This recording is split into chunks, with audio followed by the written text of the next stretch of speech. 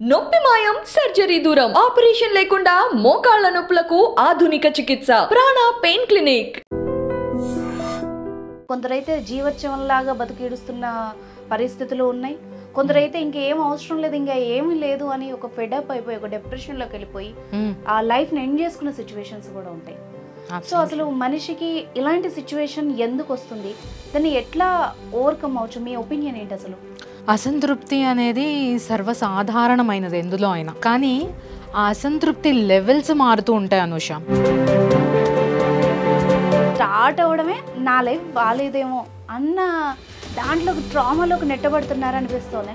నువ్వు చెప్పేది ఏంటంటే కంపారిజన్ వల్ల డిసప్పాయింట్ అవుతున్నాము అనే పాయింట్ చెప్తున్నావు కాదంటే, నేనేమంటానంటే ఒక పర్సన్ ఉన్నారు, వాళ్ళకి ఏదో విషయంలో అసంతృప్తిగా ఉంది, అరే లైఫ్లో ఏదో ఏదో మిస్ అవుతుంది, ఆ మ్యాజిక్ లేదా అని అనిపిస్తుంది. ఒక స్టేజ్లో రోజులో ఒక 20 మందితో మాట్లాడితే ఆల్మోస్ట్ 20 మంది నన్ను అడిగే క్వశ్చన్, లైఫ్ కోచ్ అంటే ఎవరు, మీరేం చేస్తారు, మీరే రకంగా మా లైఫ్ జర్నీలో మాకు ఉపయోగపడగలుగుతారు అని అడుగుతూ ఉంటారు అనుష.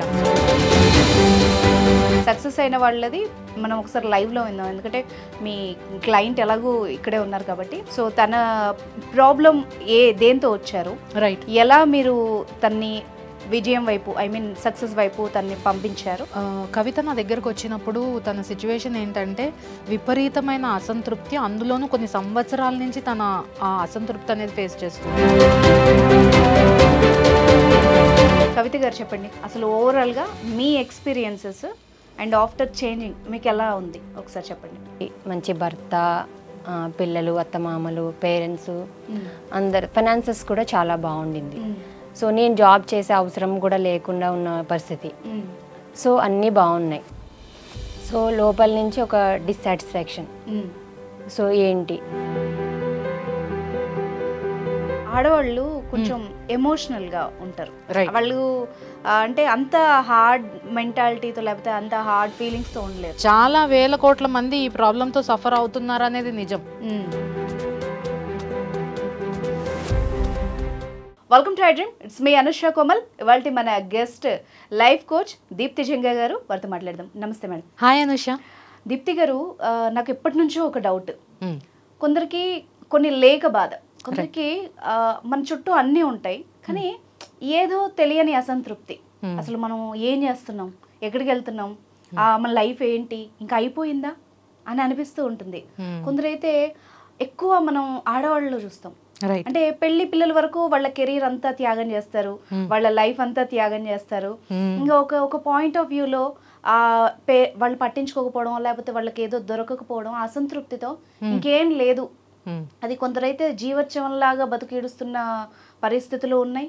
కొందరైతే ఇంకేం అవసరం లేదు, ఇంకా ఏమీ లేదు అని ఒక ఫెడప్ అయిపోయి ఒక డిప్రెషన్లోకి వెళ్ళిపోయి ఆ లైఫ్ని ఎండ్ చేసుకున్న సిచ్యువేషన్స్ కూడా ఉంటాయి. సో అసలు మనిషికి ఇలాంటి సిచ్యువేషన్ ఎందుకు వస్తుంది, దాన్ని ఎట్లా ఓవర్కమ్ అవచ్చు? మీ ఒపీనియన్ ఏంటి? అసలు అసంతృప్తి అనేది సర్వసాధారణమైనది ఎందులో అయినా, కానీ ఆ అసంతృప్తి లెవెల్స్ మారుతూ ఉంటాయి అనుష. ఓకే, ప్రతి దాంట్లోని ఇప్పుడు మనం డ్రెస్ వేసుకున్న దగ్గర నుంచి పొద్దున్న లేచి వర్క్కి వెళ్ళే వరకు ప్రతి విషయంలోనూ తృప్తి అనే ఒక ఆస్పెక్ట్ ఉందనుకో. నువ్వు చేసిన పనిలో నీకు తృప్తి ఉంటే నీకు వచ్చింది తక్కువైనా ఎక్కువైనా, నువ్వు జీవితంలో సాధించింది ఎంతైనా నీకు డిఫరెన్స్ అనేది తెలియదు. ఓకే, కానీ ప్రాబ్లం ఎక్కడ స్టార్ట్ అవుతుందంటే అసంతృప్తి లెవెల్స్తో స్టార్ట్ అవుతుంది. అది over a period of time కొన్ని సంవత్సరాలు కొంతకాలం గడిచిన తర్వాత ఆ అసంతృప్తి విపరీతంగా పెరిగిపోతే అప్పుడు బాధ అనేది చెప్పలేనంత దారుణంగా పెరిగిపోతుంది. ఓకే, ఇప్పుడు ఇవాళ నేను మా హస్బెండ్ నన్ను బాగున్నావా అని అడుగుతారు అనుకున్నాను, ఇవాళ అడగలేదు, నెక్స్ట్ ఇయర్ అడగలేదు. ఓకే, నేను స్టిల్ కొంచెం నాలో ఉన్న పీస్ తోటి నేను హ్యాండిల్ చేసుకోగలుగుతా. కానీ లిమిట్స్ క్రాస్ అయిపోయింది, ఇంకా 10 సంవత్సరాలు అయిపోయింది, 15 సంవత్సరాలు అయిపోయింది, పిల్లలకి పెళ్లి ఏజ్ వచ్చేస్తుంది. ఆయన నువ్వు తిన్నావా, బాగున్నావా, అసలు నా గురించి ఒక్క మాట కూడా అడగటంలే. అప్పుడు ఏమవుతుంది, నా జీవితానికి అర్థం ఏమిటి అనే ఒక క్వశ్చన్ స్టార్ట్ అవుతుంది. సో ప్రతి విషయంలోని అసంతృప్తి ప్రాబ్లం కాదు, అసంతృప్తిలో లెవెల్స్, అది ఎన్ని సంవత్సరాల నుంచి మీరు హ్యాండిల్ చేస్తున్నారు అనే దాన్ని బట్టి మీలో ఉన్నటువంటి ఆ బాధ లెవెల్స్ అనేవి చేంజ్ అవుతూ ఉంటాయి. సో ప్రాబ్లమ్ అసంతృప్తితో ఉండడం కాదు, ఎన్ని సంవత్సరాలలో వరకు ఉంటున్నారు, ఏ విషయంలో అసంతృప్తితో ఉంటున్నారు అనేది కూడా చాలా ఇంపార్టెంట్. ఓకే, ఇక్కడ నాకు ఇంకొక పాయింట్ ఉంది దీప్తి గారు. ఈ మధ్య మనం సోషల్ మీడియా అంటే ఒక ఫేక్ ప్రొజెక్షన్ మన చుట్టూ ఉంది. ఫోన్ దిగానే వాళ్ళ లైఫ్ ఇట్లా ఉందే, వీళ్ళ లైఫ్ ఇట్లా ఉందే, నాది లేదే, లేకపోతే నేను ఇదేదో కోల్పోయానే, అసలు డే స్టార్ట్ అవ్వడమే నా లైఫ్ బాగాలేదేమో అన్న దాంట్లోకి ట్రామాలోకి నెట్టబడుతున్నారు అనిపిస్తుంది. అంటే యంగేజ్లో ఇప్పుడు మీరు అన్నట్టు పెద్ద ఏజ్ కాదు, పోనీ యంగేజ్లో నేనైతే నా పర్సనల్గా చాలా మందిని చూసా, ఏముంది మన లైఫ్లో అన్న మాటలు వాళ్ళ నోటి వెంట వినడము. అసలు మనం దాన్ని ఎంత సీరియస్గా తీసుకోవాలి? దీనికి మనం ఒక్క స్టెప్ వెనక్కి తీసుకుందాము.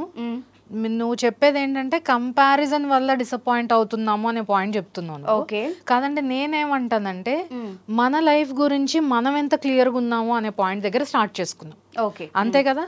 ఇప్పుడు ఫర్ సపోజ్ మా ఫ్రెండ్ బెంజ్ కార్ కొన్నాడు, అయితే నేను జెన్ తీసుకున్నాను, ఒక 10 years నుంచి నడుపుతున్నాను అనుకుందాం.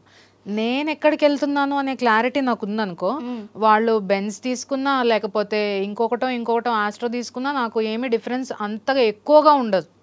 కాబట్టి మన ఫోకస్ ఎక్కడుంది, ఎక్కడ ఉండాలి అంటే మనకి ఇంపార్టెంట్ అయిన మన జీవితం మీద ఉండాలి. కానీ ఒక పోస్ట్ చూడగానే నువ్వు ఎఫెక్ట్ అయిపోతున్నావు అంటే నీ యొక్క దృష్టి పక్కన వాళ్ళ జర్నీ మీద ఎక్కువగా ఉంటుంది, నీ జర్నీ మీద తక్కువగా ఉంటుంది. అప్పుడు ఖచ్చితంగా డిస్టర్బెన్స్ అనేది ఉంటుంది. అండ్ ఈర్ష్య, జెలసీ అనే పదాలు చాలా, ఆ ఫీలింగ్స్ అనేవి చాలా సహజం అనూష, అది ఉండాలి కూడా. ఈర్ష్య, హెల్దీ ఈర్ష్య, అన్హెల్దీ ఈర్ష్య గురించి మాట్లాడుకుందామా? ఎప్పుడైతే నువ్వు పక్కన వాళ్ళని చూసి వాళ్ళు బెన్స్ కొన్నారంటే నేను బెన్స్ కొనే ఛాన్స్ ఉంది, ఎందుకంటే ప్రతి ఒక్కళ్ళు అదే బాడీతో పుడుతున్నారు కదా, అదే మైండ్ పవర్ అందరికీ ఉంది, అవే రిసోర్సెస్ అందరికీ ఉన్నాయి. మేబీ మీ పేరెంట్స్ మిడిల్ క్లాస్ అయి ఉండొచ్చు, పక్క వాళ్ళ పేరెంట్స్ ఆల్రెడీ ఎస్టాబ్లిష్డ్ రిచ్ అయి ఉండొచ్చు, దాన్ని పక్కన పెడదాం. కానీ ఒక హెల్దీ ఈర్ష్య ఉన్నప్పుడు వాళ్ళకి బెంజ్ ఉంటే నేను బెంజ్ కొనే స్థాయికి ఎదగొచ్చు. ఓకే, అవకాశం ఉంది. పాజిటివ్ మైండ్ సెట్ మీరు చెప్పింది. నేను చెప్పింది ఏంటంటే దాన్ని ఏ దృక్కోణంతో చూస్తున్నావో, ఆ యాటిట్యూడ్, ఆ ఆలోచన విధానం అనేది నీలో మార్పు ఉన్నప్పుడు అవతల వాళ్ళు ఎలాంటి లైఫ్ స్టైల్ లీడ్ చేస్తున్నా నీకంత ఎఫెక్ట్ అవ్వదు. బట్ అది నీకు బాగా ఎఫెక్ట్ అవుతుంది అని అంటే సమ్వేర్ మన జర్నీ మీదే మనకి ఫోకస్, మనకేం కావాలి అనే దాని మీద మనకి క్లారిటీ లేకపోవడం వల్ల తొందరగా ఇన్ఫ్లుయెన్స్ అయ్యే ఛాన్సెస్ ఎక్కువ ఉన్నాయి.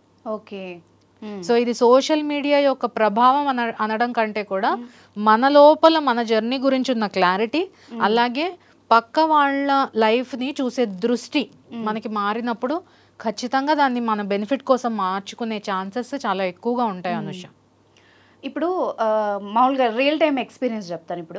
ఇప్పుడు ఒక పర్సన్ ఉన్నారు, వాళ్ళకి ఏదో విషయంలో అసంతృప్తిగా ఉంది, అరే లైఫ్లో ఏదో మిస్ అవుతుంది, ఆ మ్యాజిక్ లేదా అని అనిపిస్తుంది ఒక స్టేజ్లో. పొరపాటున ఇప్పుడు ఆవిడ వెళ్ళి వాళ్ళ అమ్మతోనో లేకపోతే ఎవరితో షేర్ చేసుకుంది అనుకోండి, రైట్, నీకేమైనా తిన్నది అరగట్లేదు అన్నీ ఉంచుకొని నువ్వు ఇట్లా మాట్లాడు అనేస్తారు. కొందరు చెప్పుకోలేరు. రైట్, అసలు ఇది పోనీ ఇది జబ్బా, దీనికి ట్రీట్మెంట్ తీసుకుందాం అంటే కాదనిపిస్తుంది. కానీ ఏదో కావాలి, వాళ్ళకి ఏం తెలియదు. సో వాళ్ళు ఏం చేయాలి? యాజ్ అ లైఫ్ కోచ్ మీరు ఏం చేయగలుగుతారు, అసలు ఏం చేస్తారు అని? సూపర్. రోజులో ఒక 20 మందితో మాట్లాడితే ఆల్మోస్ట్ 20 మంది నన్ను అడిగే క్వశ్చన్, లైఫ్ కోచ్ అంటే ఎవరు, మీరు ఏం చేస్తారు, మీరు ఏ రకంగా మా లైఫ్ జర్నీలో మాకు ఉపయోగపడగలుగుతారు అని అడుగుతూ ఉంటారు అనుష. సో జెన్యున్ క్వశ్చన్, దానికి వెరీ జెన్యున్ ఆన్సర్ చెప్తాను. ఏంటంటే మీకు ఇప్పుడు మీరు ఎవరితో అయితే మాట్లాడతారో రోజులో, మీ పేరెంట్స్ కానీ, ఇన్లాస్ కానీ, ఫ్రెండ్స్ కానీ, కలీగ్స్ కానీ, వీళ్ళకి ఒక లెవెల్ ఆఫ్ థాట్ ప్రాసెస్ కానీ, ఒక లెవెల్ ఆఫ్ ఆలోచనలు కానీ ఉంటాయి. వాళ్ళ అనుభవాల్లో ఎక్కడి వరకు ఉన్నాయో అక్కడ వరకే వాళ్ళు ఆలోచించగలుగుతారు. అండ్ వాళ్ళు మిమ్మల్ని ఎలా చూస్తారు, మీరు ఒక ప్రాబ్లం గురించి మాట్లాడగానే తిను ఇది కూడా హ్యాండిల్ చేయలేకపోతుంది, సో తిన వల్ల కాదు అని ఒక ఇన్ఎఫిషియంట్ పర్సన్ గా మిమ్మల్ని చూస్తారు. రేపు పొద్దున్న మీరు దాన్ని ఓవర్కమ్ చేసి వాళ్ళతో వెళ్ళి మాట్లాడినా కూడా, ప్రాబ్లం అయిపోయిన తర్వాత కూడా మిమ్మల్ని ఆ దృష్టితోనే చూస్తూ ఉంటారు వాళ్ళు. అంటే మనిషి సహజంగానే 50% మిమ్మల్ని జడ్జి చేస్తారు. చూడగానే మీ అపియరెన్స్ ని బట్టి కానీ, మీ ఆలోచన విధానం, మీరు మాట్లాడే విధానము, మీరు చెప్పేది ఏదైతే కంప్లైంట్ చేస్తున్నారో, ఏదైతే బాధ అని నార్మల్ గా షేర్ చేసినా కూడా ఒక 50% మిమ్మల్ని ఆల్రెడీ వాళ్ళు జడ్జ్ చేస్తారు. అది మనిషి నైజం. ఓకే, ఇప్పుడు కొంచెం ఇవాల్వ్ అయిన వాళ్ళు లైఫ్ కోచెస్ గురించి మాట్లాడు. ఏం చేస్తారు లైఫ్ కోచెస్? వెళ్ళి మీరు ఒక ప్రాబ్లం చెప్పగానే మిమ్మల్ని జడ్జ్ చెయ్యరు, వాళ్ళు దానికోసమే ట్రైన్ చేయబడ్డారు. ఓకే. కొన్ని వేల గంటలు వాళ్ళ జీవితంలో తీసుకొని దాన్ని ఈ పని కోసం మాత్రమే, ఒక ప్రాబ్లం ఉంది అనగానే తిన్నది అరక్క వస్తుందా అని వాళ్ళు మిమ్మల్ని జడ్జ్ చేయరు. ఇంకోటి ఏంటంటే ఇది ప్రాబ్లం అని వాళ్ళు గుర్తించి దానికి సొల్యూషన్ వైపు మిమ్మల్ని నడిపిస్తారు. ఎగ్జాక్ట్లీ ఇదే కావాల్సింది అసలు. ఎందుకంటే ఇప్పుడు ఎవరైతే మన లైఫ్లో ఉన్నారో, మన పేరెంట్స్ కానీ, కొలీగ్స్ కానీ, కొంతమంది వెల్ విషర్స్ అని చెప్పుకునే వాళ్ళు కానీ, వాళ్ళు సొల్యూషన్ వైపు నడిపించడానికి క్వాలిఫైడ్ కాదు చాలా వరకు. ఓకే. కొంతమంది పెద్దవాళ్ళు చాలా మెచ్యూర్గా ఉన్నవాళ్ళు లైఫ్ని సరైన విధానంగా హ్యాండిల్ చేసిన వాళ్ళు మాత్రమే మీకు సరైన సలహా ఇవ్వగలరు. కానీ పూర్తిగా సొల్యూషన్ వైపు మిమ్మల్ని నడిపించాలంటే ప్రతి నిమిషం మీ చేయి పట్టుకోవాలి. దానికి వాళ్ళకి టైం ఉందా అని అడుగుతాను నేను. వాళ్ళ లైఫ్ వాళ్ళకుంది, వాళ్ళ పిల్లల లైఫ్ వాళ్ళకుంది, వాళ్ళ కెరియర్ వాళ్ళకుంది. ఇవాళ మీరు వెళ్ళి ఒక వ్యక్తితో 10 నిమిషాలు కూర్చొని, వాళ్ళు మీ ఫ్రెండ్ అయినా సరే, వాళ్ళు కూర్చోవాలంటే వాళ్ళకి తగ్గ కమిట్మెంట్స్ వాళ్ళకు ఉంటున్నాయి. అవునవును. అందుకే ఒక లైఫ్ కోచ్ యొక్క అవసరం ఇవాళ రేపు చాలా ఎక్కువైంది. మిమ్మల్ని జడ్జ్ చేయకుండా మీ ప్రాబ్లంలో మిమ్మల్ని సొల్యూషన్ వైపు నడిపించే ఒక శక్తి అవసరం మీకుంది. ఆ జర్నీలో మధ్యలో మీరు చేయి వదిలేస్తే మీరు మళ్ళా కిందకే పడిపోతారు. అవును. మనం ఇప్పుడు రోడ్డు మీద వెళ్తున్నామండి, మీరు బ్లైండ్ ఫోల్డెడ్గా ఉన్నారు, మీకు విజన్ క్లియర్గా లేదు, డ్రాప్స్ వేసారు కళ్ళల్లో. నేను మధ్యలోనే వదిలేస్తే మీరు మధ్యలోనే ఆగిపోతారా, లాస్ట్ వరకు వెళ్ళిపోతారా? అంతే, మధ్యలో ఆగిపోతుంది మీ జర్నీ. సో ఈ జర్నీలో మీరు విన్నర్గా బయటికి ఆ ప్రాబ్లం నుంచి సొల్యూషన్ వైపు పూర్తిగా వచ్చే వరకు కూడా మిమ్మల్ని నడిపించే ఒక తోడు మీ లైఫ్ కోచ్. అలాగే లైఫ్ కోచ్ అనేవాళ్ళు ప్రతి ఒక్కళ్ళు సర్టిఫికేషన్ అవ్వగానే నేను లైఫ్ కోచ్ అని అంటే వర్కౌట్ కాదు. ఎందుకంటే ఫస్ట్ వాళ్ళు ఓవర్కమ్ అవ్వాలి ఆ ప్రాబ్లం. వాళ్ళు ఆ ప్రాబ్లమ్ని సక్సెస్ఫుల్గా ఫేస్ చేస్తేనే మీకు గైడెన్స్ ఇవ్వడానికి సరిపోతారు. లేకపోతే వాళ్ళ ఎనర్జీ దానికి సరిపోదు. వాళ్ళ గైడెన్స్, వాళ్ళ టూల్స్, టెక్నిక్స్ ఏవి మీకు పనిచేయవు. ఎందుకంటే వాళ్ళు ఆ ప్రాబ్లమ్ని ఓవర్కమ్ చేయాలి. సో స్వతహాగా లైఫ్లో మేము ఎదిగి మీరు వచ్చిన ప్రాబ్లమ్స్తో, ఫినాన్షియల్ ప్రాబ్లం కానీ, రిలేషన్షిప్ ప్రాబ్లం కానీ, కెరియర్ ప్రాబ్లం కానీ, అలాగే కనెక్షన్ అంటే తృప్తి లేకపోవడం, అసంతృప్తి, ఇవన్నీ మేము హ్యాండిల్ చేసి సక్సెస్ఫుల్గా వాటిని దాటి వచ్చి మీకు చెప్పగలం.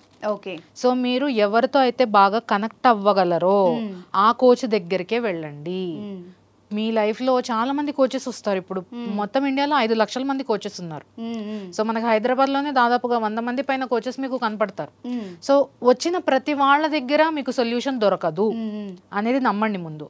మీరు ఎవరితో అయితే ఎనర్జీ వైజ్ అంటే మీరు వాళ్ళ మాటకి కానీ, వాళ్ళు చెప్పిన సొల్యూషన్ కానీ వాళ్ళ జీవితంలో కనుక ఆల్రెడీ వాళ్ళు సాధించుంటే, ఆ ప్రాబ్లమ్ని వాళ్ళు ఓవర్కమ్ చేసుంటే, అప్పుడే మీకు వాళ్ళ దగ్గర ఫలితం అనేది దొరుకుతుంది. ఎలా తెలుసుకోవాలి? అదే డౌట్. ఎలా తెలుసుకోవాలి నాకు ఈవిడ దగ్గర సొల్యూషన్ దొరుకుతుందా అని ఎలా తెలుసుకోవాలి? మీరు ఫస్ట్ వాళ్ళ దగ్గరికి వెళ్ళినప్పుడు వాళ్ళు మీకు అనుగుణంగా సొల్యూషన్ అనేది ఇవ్వాలి. అంతేగాని ఇది ఫలానా వాళ్ళకి వర్క్ అయింది, ఇది మీరు ఫాలో అవ్వండి అని ఒక ప్రిస్క్రిప్షన్ లాగా రాసి ఇవ్వకూడదు. ఒక కస్టమైజ్డ్ సొల్యూషన్ అనేది మీకు ఉండాలి. సో మీరు వాళ్ళ దగ్గరికి వెళ్ళినప్పుడు ఏది పనిచేస్తుంది, మీకు ఎక్కడ మీకు ప్రాబ్లం రావచ్చు, ఇది ఎక్కువగా మాట్లాడాలి మీరు. ఎందుకంటే మీకున్న డౌట్స్ అన్నీ తీర్చుకోండి ఫస్ట్. ఎక్కడ ఛాలెంజ్ అవుతుంది మేడం, నేను ఎక్కడ ఆగిపోతాను, ఆగిపోయినప్పుడు నాకు ఏం హెల్ప్ అవుతుంది, అన్ని వివరాలు అడిగి తీసుకోండి. అప్పుడు మీకు లోపల నుంచి ఒక కాన్ఫిడెన్స్ అనేది వస్తుంది. ఎప్పుడు వాళ్ళు ఓవర్కమ్ చేయడము, ఆ ఛాలెంజెస్ని ఎలా ఓవర్కమ్ చేయొచ్చు, అక్కడ మీకు ఏ రకమైన సపోర్ట్ దొరుకుతుంది, ఈ క్లారిటీ ముఖ్యంగా ఉండాలి. ఏ లైఫ్ కోచ్ అయితే మీ లైఫ్లో ఫేస్ చేస్తున్న అసంతృప్తిని ఆల్రెడీ వాళ్ళు హ్యాండిల్ చేసి ఎక్కడ స్టక్ అయ్యారు, దాని నుంచి ఎలా బయటపడ్డారు అనేది ముందుగానే మాట్లాడండి. మనము ఆ జర్నీని ట్రావెల్ చేయడానికైతే మనకి టైం కావాలి, కానీ ఆ ట్రావెల్ చేసిన వాళ్ళు ఆ జర్నీని ఎలా ఫేస్ చేస్తారో చెప్పడానికి మీకు ఎక్కువగా టైం పడదు. ఒకవేళ వాళ్ళు తడబడుతున్నా, ఒకవేళ వాళ్ళు ఏం ఛాలెంజెస్ వస్తాయనే మీ క్వశ్చన్కి సంతృప్తికరంగా ఆన్సర్ ఇవ్వకపోయినా మరొక్కసారి మీరు ఆ కోచ్ తోటి మాట్లాడి వివరంగా డీటెయిల్స్ తీసుకోవడానికి ప్రయత్నించండి. అలాంటివి సమాధానాలు మీకు క్లారిటీగా రాకపోతే ఆ కోచ్ దగ్గరికి వెళ్ళొద్దని నేను చెప్తాను. ఓకే మేడం, ఇప్పుడు అంటే ఎంత చెప్పినా ఒకసారి లైవ్లో వింటే బాధితులు కానీ, లేకపోతే క్లయింట్స్ కానీ, బాగుపడిన వాళ్ళు కానీ, దాన్ని ప్రాపర్గా యూజ్ చేసుకున్న వాళ్ళు కానీ, సక్సెస్ అయిన వాళ్ళది మనం ఒకసారి లైవ్లో విందాం. ఎందుకంటే మీ క్లయింట్ ఎలాగూ ఇక్కడే ఉన్నారు కాబట్టి. రైట్. సో తన ప్రాబ్లం దేంతో వచ్చారు, రైట్, ఎలా మీరు తన్ని విజయం వైపు, ఐ మీన్ సక్సెస్ వైపు తన్ని పంపించారు, రైట్, ఆ జర్నీ ఎలా సాగింది ఒకసారి తన మాటల్లో. రైట్. సో కవిత నా దగ్గరకు వచ్చినప్పుడు తన సిచ్యువేషన్ ఏంటంటే విపరీతమైన అసంతృప్తి, అందులోనూ కొన్ని సంవత్సరాల నుంచి తన ఆ అసంతృప్తి అనేది ఫేస్ చేస్తుంది. చుట్టుపక్కల వాళ్ళతో డిస్కనెక్టెడ్గా ఉండడం, అలాగే ఇన్సెక్యూరిటీ ఎక్కువైపోయింది తనకి. ఎందుకంటే చెప్తే ప్రతి వాళ్ళు దాన్ని తన లైఫ్ నిర్ణయాలు వాళ్ళ చేతుల్లోకి తీసుకుంటున్నారు. అది ఫ్యామిలీ అవ్వనివ్వండి, ఫ్రెండ్స్ అవ్వనివ్వండి. నేను ఇప్పుడు షేర్ చేస్తే నా ప్రాబ్లము వీళ్ళ దగ్గర నేను సేఫ్గా చెప్పగలనా నా ప్రాబ్లం అనేటటువంటి ఒక సందిగ్ధతలో కవిత నా దగ్గరకు వచ్చింది.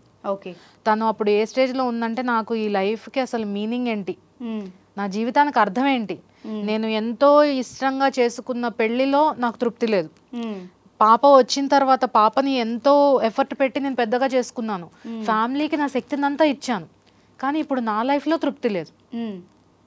కవిత నా దగ్గరకు వచ్చినప్పుడు విపరీతమైన అసంతృప్తి. ఫ్యామిలీ కోసం తన శక్తి అంతా ధారపోసి ఫ్యామిలీకి సర్వ్ చేసి పిల్లని పెంచుకొని ఎంతో ముద్దుగా ఫ్యామిలీని చూసుకుంటే తనకి కావాల్సిన మినిమం రెస్పెక్ట్ లేకపోవడం, తన ఇంట్లో తన మాటే చెల్లకపోవడము, తన మాటకి రెస్పెక్ట్ లేకపోవడము, చిన్న చిన్న విషయాలు.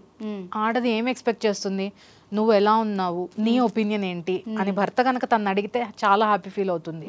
ప్రతి చిన్న విషయానికి తూలనాడము, తనకంటూ తన ప్లేస్, నా ప్లేస్ ఏంటి అనే క్వశ్చన్ మెయిన్ గా కవితను బాగా చాలా మందిలో మనం ఇది చూస్తున్నాం ఈ మధ్య. ఆడవాళ్ళకి ఏంటంటే, అటు పుట్టినింటి వాళ్ళు పెళ్లి చేసి పంపించిన తర్వాత అత్తగారిలో నీ ఇల్లు అంటారు, ఇటు అత్తగారింటి వాళ్ళేమో ప్రాబ్లం వచ్చేటప్పటికి నీ ఇంటికి నువ్వు వెళ్ళు, నీ ఇంట్లో చెల్లుతుంది, నీ ఇష్టం. సో నా ప్లేస్ ఏంటి అసలు? ఈవెన్ డెలివరీకైనా పని చేయాల్సి వస్తుందని పుట్టింటికి పంపించేస్తారు. ఎంత తప్పించుకోగలిగితే అంత ఈజీ. అవును, మనం ఎంత ఒప్పుకున్నా ఒప్పుకోకపోయినా ఒక ఆడదాని ఒక ప్లేస్ క్వశ్చనబుల్ అవుతుంది. అవును, ఇది కవిత మాత్రమే కాదు, ప్రతి ఆడ మనిషి ఫేస్ చేసే ప్రాబ్లం. అవునండి, నా స్థానం ఏది అనే క్వశ్చన్ అవును ప్రతి ఆడది ఫేస్ చేస్తుంది. ఒక పాయింట్ లో కాకపోతే ఒక పాయింట్ లో అన్నా, తనకి ఏదన్నా మేజర్ ఇంజరీ అయినా, తనకి ఏదన్నా మేజర్ ప్రాబ్లం వచ్చినా, ఏదైనా దెబ్బ తగిలినా, డెలివరీ అయినా, ఎస్పెషల్లీ డెలివరీ టైమ్స్ లో ఆ పిల్లలు పెద్దగా అవుతున్నప్పుడు వాళ్ళకి సపోర్ట్ కావాలి, అది తను ఇవ్వలేని స్టేజ్ లో ఉన్నప్పుడు నా స్థానం ఏది, నా మాట ఎక్కడ చెల్లుతుంది అనే క్వశ్చన్ తో కవిత నా దగ్గరకు వచ్చినప్పుడు తన స్టేట్ ఆఫ్ మైండ్ ఎలా ఉండిందంటే, నిస్సహాయత, అసంతృప్తి పీక్స్ లో. దీని గురించి ఎవరితో మాట్లాడాలో తెలియని పరిస్థితి. ఎందుకంటే అటు తల్లిదండ్రులతో మాట్లాడాలా, మీరన్నట్టే కొట్టిపాడేస్తున్నారు, ఇటు ఫ్రెండ్స్ తో మాట్లాడాలా, జడ్జి చేస్తున్నారు ప్రతి నిమిషము. నీకు ఒక్కదానికే ఉందా, నువ్వు ఒక్కదానివే కన్నావా, అడ్జస్ట్ అయిపో. అంతేగాని దీనికి సరైన సొల్యూషన్ అనేది చెప్పేవాళ్ళు లేరు. ఎక్కడ తన బాధని వెళ్ళగక్కుకోవాలి. ఒక టెంపుల్లోకి వెళ్తారు, ఏడుస్తారు, మళ్ళీ అదే ఏడుపు ఇంకొన్ని రోజుల్లో వస్తుంది కదా మళ్ళీ తిరిగి. ఒక గురువు దగ్గరికి వెళ్తారు, చెప్పుకుంటారు, వాళ్ళు మీకు థియరిటికల్ గా చెప్తారు కానీ ప్రాక్టికల్ గా తన ప్రాబ్లం కి సొల్యూషన్ ఇచ్చేది ఎవరు? అటువంటి సిచ్యువేషన్ లో కవిత నా దగ్గరకు వచ్చినప్పుడు తన మాటల్లోనే మనం విందాం, తన ఏమి ఎక్స్పీరియన్స్ అయింది, తనకి ఏం రిజల్ట్ వచ్చింది అనేది తన మాటలో మనం విందాం. కవిత గారు చెప్పండి, అసలు ఓవరాల్గా మీ ఎక్స్పీరియన్సెస్ అండ్ ఆఫ్టర్ చేంజింగ్ మీకు ఎలా ఉంది ఒకసారి చెప్పండి. ఫస్ట్ ఆఫ్ ఆల్ అందరికీ నమస్తే అండి. సో నా జర్నీ ఎలా స్టార్ట్ అయింది అంటే, ఇప్పుడు ఆల్రెడీ మేడం గారు చెప్పినట్టే మంచి ఫ్యామిలీ ఉంది, మంచి భర్త, పిల్లలు, అత్తమామలు, పేరెంట్స్, అందరు ఫైనాన్సెస్ కూడా చాలా బాగుండింది. సో నేను జాబ్ చేసే అవసరం కూడా లేకుండా ఉన్న పరిస్థితి. సో అన్నీ బాగున్నాయి. సో లోపల నుంచి ఒక డిస్సాటిస్ఫాక్షన్.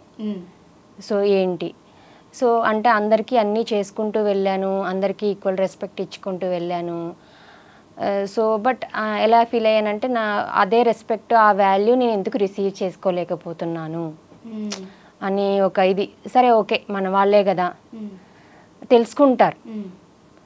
సో అది సపరేట్గా మనల్ని రెస్పెక్ట్ చేయాలి, ఒక వాల్యూ ఇవ్వాలి, ఏం పర్వాలేదు, వాళ్ళు అర్థం చేసుకుంటారు, వాళ్ళ ప్రేమే కదా మనం కోరుకునేది ఫైనల్గా అనుకునేది. కీప్ ఆన్ గివింగ్ అనమాట. సో అందరితో మన పీపుల్ ప్లీజింగ్ మెంటాలిటీ కింద ఎవరిని హర్ట్ చేయకూడదు, నేను అందరినీ మంచిగా చూసుకోవాలి.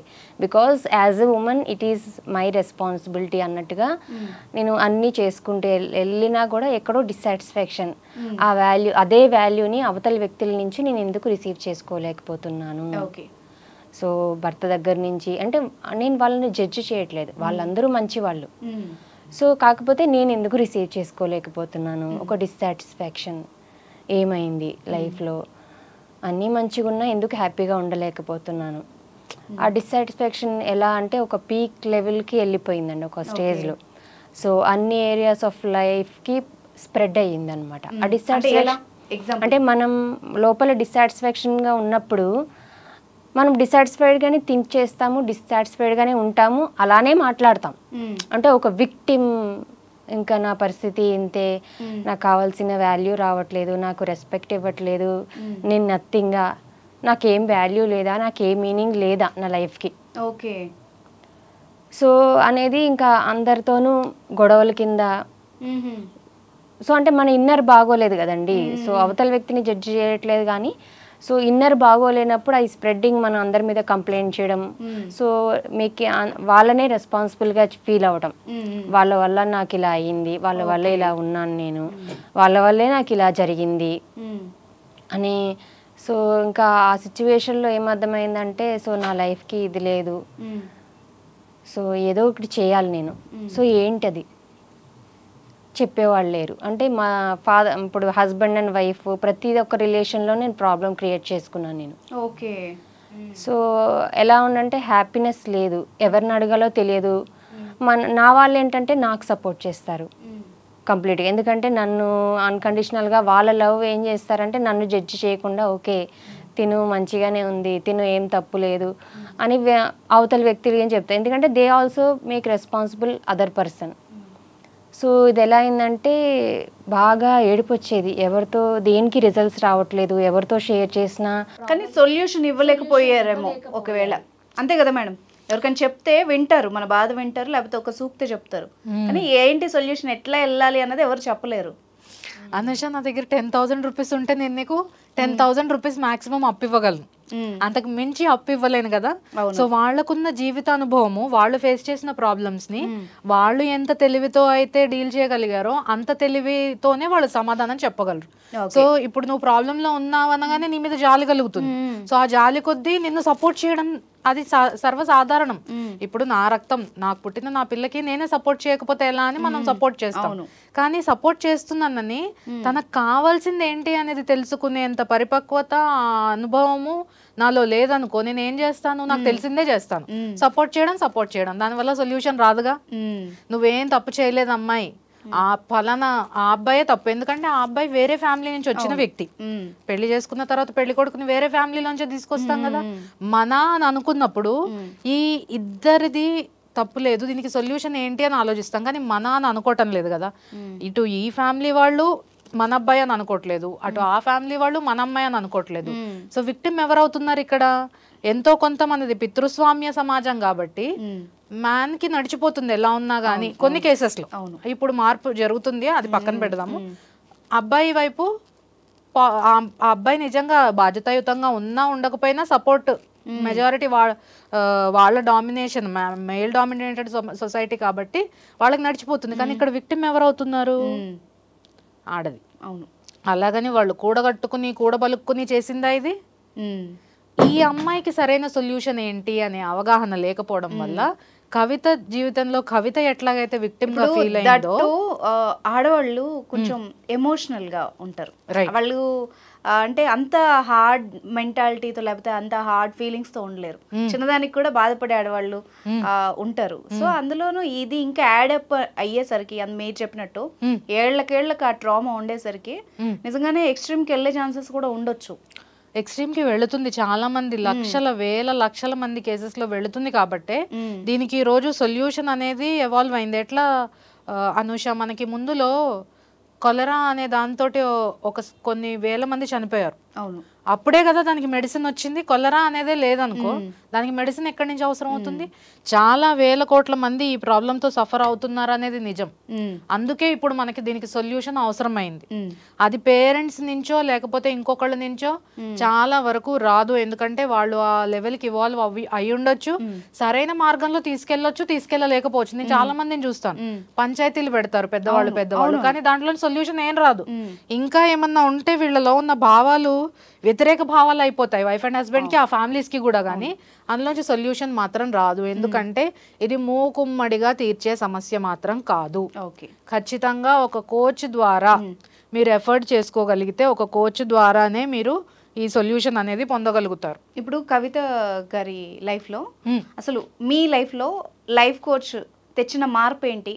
అసలు మీరు ఎలా వెళ్ళారు? అంటే నాకు ఇలాంటి సొల్యూషన్స్లో నేను ఎప్పుడైతే బయటకు వచ్చేసానో, సో అంటే అప్పటికి నాకు అది సొల్యూషన్ అనిపించింది. సో ఆ ఎమోషనల్, ఆ టర్మాయిల్ నుంచి నేను బయటకు వచ్చేస్తేనే ఇది ద కరెక్ట్ సొల్యూషన్ అని నాకు అనిపించింది అప్పటి నాకున్న జ్ఞానంతో. సో నేను బయటకు వచ్చేసిన తర్వాత నేను అంటే నా అంతా నేను మళ్ళీ జాబ్ చేసుకోవడము స్టార్ట్ చేశాను. ఎందుకంటే పాపతో వచ్చాను కంటే I have to take care of her. అంటే మళ్ళీ నా రెస్పాన్సిబిలిటీ ఇంకొకరి మీద వేయటం కూడా, మా పేరెంట్స్కి కానీ మా బ్రదర్ అండ్ సిస్టర్ వాళ్ళ మీద వేయటం కూడా నాకు కంప్లీట్గా ఇష్టం లేదు. సో యాజ్ అన్ ఇండివిజువల్ నేను ఎదగాలి విత్ కంప్లీట్ ఇండిపెండెంట్. సో దాంతో నేను జాబ్ చేసుకోవడం జరిగింది, చేసుకుంటున్నాను. ఎలా అంటే కంప్లీట్గా నన్ను నేను ఐసోలేట్ చేసేసుకున్నాను. Okay. Without connecting to people from out side అనమాట. సో ఎలా ఉందంటే ఎవరితో మాట్లాడకుండా నా లైఫ్ ఏంటో నేను వెళ్ళానా, జాబ్ చేసుకున్నానా, వచ్చానా, మంత్లీ ఎక్స్పెన్సెస్ అవుతున్నాయి. సో నా టేక్ కేర్ చేసుకోవాల్సిన డాటర్కి నేను అన్నీ చూసుకుంటున్నాను. ఫ్యామిలీ కూడా కొంత సపోర్ట్ చేస్తున్నారు, మా మదర్ వాళ్ళు కానీ సిస్టర్స్ వాళ్ళు కానీ నాకు సపోర్ట్ చేసే వాళ్ళు సపోర్ట్ చేస్తున్నారు. Still I'm unhappy, I'm dissatisfied. ఇది సొల్యూషన్ అనుకున్నాను, లేదు ఏమైంది. సో ఫ్రెండ్స్కి కూడా కొంతమందికి షేర్ చేశాను, అంటే వాళ్ళు కూడా కరెక్ట్ ప్రాబ్లమ్స్ ఇవ్వలేదు, నాకు సొల్యూషన్స్ నాకు అనిపించలేదు, ఎందుకంటే దేనికి రిజల్ట్స్ నేను చూడలేదు. సో అట్లాగా ఒక ఫ్రెండ్ ద్వారా లైఫ్ కోచ్ దీప్తి గారి పేరు విన్నాను నేను. సో లైఫ్ కోచ్ ఏంటంటే ఆల్రెడీ ఇట్లాంటి ఒక సిచ్యువేషన్స్ ప్రాబ్లమ్స్ నుంచి వాళ్ళ అంతటా వాళ్ళు బయటపడి వాళ్ళు సొల్యూషన్స్ వాళ్ళు ఫైండ్ అవుట్ చేసుకుని వాళ్ళ లైఫ్లో ఏం సాధించాలనుకున్నారు అంటే కెరియర్ కానీ, రిలేషన్స్ కానీ, ప్రొఫెషన్ కానీ, ఫినాన్సెస్ కానీ వాళ్ళంతటా వాళ్ళు ఒక స్వతంత్రంగా నిలబెట్టుకోగలిగినారు. అలాంటి వాళ్ళ దగ్గరికి వెళ్తే మీకు సొల్యూషన్స్ దొరుకుతాయి. అంటే ఇప్పుడు మీ బంధువులు ఏంటంటే వాళ్ళ ఆలోచన, వాళ్ళ బిలీఫ్ సిస్టమ్ ప్రకారం వాళ్ళు ఎంతవరకు మీకు సపోర్ట్ చేయగలరో అంతవరకు సపోర్ట్ చేశారు. బట్ స్టిల్ నాకు రిజల్ట్స్ అయితే రాలేదు. ఇప్పుడు దీప్తి గారు తెచ్చిన మార్పు ఏంటి? ఎస్, దీప్తి గారిని కలవడం జరిగింది. సో దీప్తి గారితో కలిసిన తర్వాత సో నా డిసాటిస్ఫాక్షన్ అంటే నాకు లోపల ఏం జరుగుతుంది, సో నా బయట ఇలా ఉంది అనేది నేను కంప్లీట్గా ఓపెన్ అప్ అవ్వగలిగాను నేను. సో ఆ కంఫర్ట్ నాకు దీప్తి గారు ఇచ్చారు. అందుకే తొందరగా ఒక స్ట్రేంజర్ దగ్గరికి వెళ్ళి నా లైఫ్లో ఇలా ఉంది, ఇలా జరిగింది అని చెప్పలేం. సో వాళ్ళు జడ్జి చేస్తారు, లేకపోతే ఏమన్నా అనుకుంటారు, లేకపోతే నీ ఫ్యామిలీని లేకపోతే నీ ఇదిని జడ్జి చేస్తారనే ఒక భయంతో, లేదా సొసైటీ నిన్ను జడ్జి చేస్తుంది అనే ఒక భయంతో ఎవరితోనూ కంప్లీట్గా నేను ఓపెన్ అప్ అవ్వలేకపోయాను, even with my parents. So Deepti గారుని కలిశాక I completely expressed very comfortably అండి, ఓపెన్ అప్ అయ్యాను.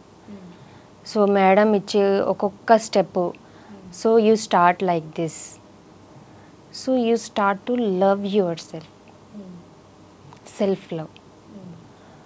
సో అప్పుడు నువ్వు అది స్టార్ట్ చేయరా, ఎందుకంటే ఇప్పుడు ఎలా అంటే లైఫ్లో ఇలా స్ట్రగుల్స్ ఉన్నాయని ఎవరిని జడ్జ్ చేయలేదు, నా సిచ్యువేషన్ని జడ్జ్ చేయలేదు, నాతో ఉన్న బంధాలని జడ్జ్ చేయలేదు, మేడం నన్ను ఎవరిని జడ్జ్ చేయలేదు. So why don't you take your own responsibility? ఎవరో ఏదో చేశారు, ఏదో అయ్యింది అని తీసుకునే కంటే నీ రెస్పాన్సిబిలిటీ నువ్వెందుకు తీసుకోకూడదు? తీసుకో, నీ రెస్పాన్సిబిలిటీ నువ్వు తీసుకో, take charge of your life. ఎలా అంటే ఆమె చెప్పింది, don't complaint or blame are make excuse, ఏది జడ్జి చేయొద్దు నువ్వు. సో సింపుల్గా you love your self completely and unconditionally, అంటే ఏ కండిషన్స్ లేకుండా నిన్ను నువ్వు ప్రేమించు, నీ బాధ్యత నువ్వు తీసుకో.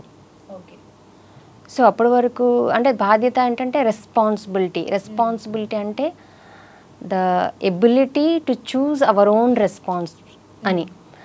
సో అది ఎక్స్ప్లెయిన్ చేసినప్పుడు సో అవును కదా, so why don't I choose to take my responsibility? ఎవరో ఏదో చేశారు ఎలా అని బ్లేమ్ చేసుకుంటూ కంప్లైంట్ చేసుకుంటూ ఉండడం వల్ల నేను లైఫ్లో ఏం సాధించాను? సొల్యూషన్స్ ఫైండ్ అవుట్ చేసుకోలేకపోయాను కదా. So okay, now it's my responsibility to change my life. ఇప్పుడు నా కెరియర్ నేను మంచిగా చేసుకోవాలి, ఎందుకంటే ఇప్పుడు నేను నా డాటర్ని చూసుకోవాలి కాబట్టి ఫినాన్సెస్ ఇంపార్టెంట్. సూపర్, తన ఎక్స్పీరియన్స్ అయితే చాలా బాగుంది. ఒక హ్యాపీ లైఫ్ కోసం ఎలాగా మనల్ని మనం మౌల్డ్ చేసుకోవచ్చో బాగా చెప్పారు. రైట్. సో ఇప్పుడు నేనైతే టిప్ అడగబోతున్నాను మిమ్మల్ని. ఎందుకంటే ఇప్పుడు అసంతృప్తిగా ఉంది చాలా మందికి. ఒక మంచి టిప్ చెప్పండి వాళ్ళకి అంటే ఏం చెప్తారు? సూపర్ బ్యూటిఫుల్ టిప్ ఏంటి అని అంటే, అన్నీ కనపడుతున్నా ఎదుర్కొన్నా ఎంజాయ్ చేయలేకపోతున్నాం అన్నప్పుడు ఫస్ట్ మీ ఇన్నర్ థాట్, తను అంది కదా, తను బ్యూటిఫుల్ గా స్టార్ట్ చేసింది, నా ఇన్నర్ బాగాలేదు కదండి అని చెప్పింది. అంతేగాని వాళ్ళు బాగాలేదు కదా అనలేదు. ఆ రియలైజేషన్ రావాలి ఫస్ట్. దాన్ని యాక్సెప్ట్ చేయడం మొదలు పెట్టినప్పటి నుంచి అనుష కథ మామూలుగా ఉండదు. ఎప్పుడైతే మీరు నా లోపల ఏం జరుగుతుంది అనే అవేర్నెస్, అంటే మీ థాట్స్ ఎలా ఉన్నాయి గమనించుకుంటూ ఉంటారో, ఆ గమనించుకోవాలి అన్న ఆలోచన వస్తే చాలా అనుష అన్ని మారిపోతాయి. బ్యూటిఫుల్ టిప్, మీ ఆలోచనలు ఎలా ఉన్నాయో గమనించుకోండి. ప్రాబ్లం ఎక్కడో బయట లేదు, మీ ఇన్నర్ అని అర్థం చేసుకుంటే అన్ని మీరు అట్రాక్ట్ చేయగలుగుతారు. ఓకే, అన్ని మీ దగ్గరికే వస్తాయి. సొల్యూషన్ కూడా మీలోంచే వస్తుంది. జస్ట్ లైఫ్ కోచ్ అనేది ఒక ప్లాట్ఫామ్, ఒక మీడియమే గానీ సొల్యూషన్ అనేది మీలో నుంచే రప్పిస్తాం మేము. ఓకే, అది ఎందుకంటే మీ లోపల నుంచి రాలేదనుకోండి, మీ బయట నుంచి వచ్చింది కొన్ని రోజులే ఉంటది మీతోటి.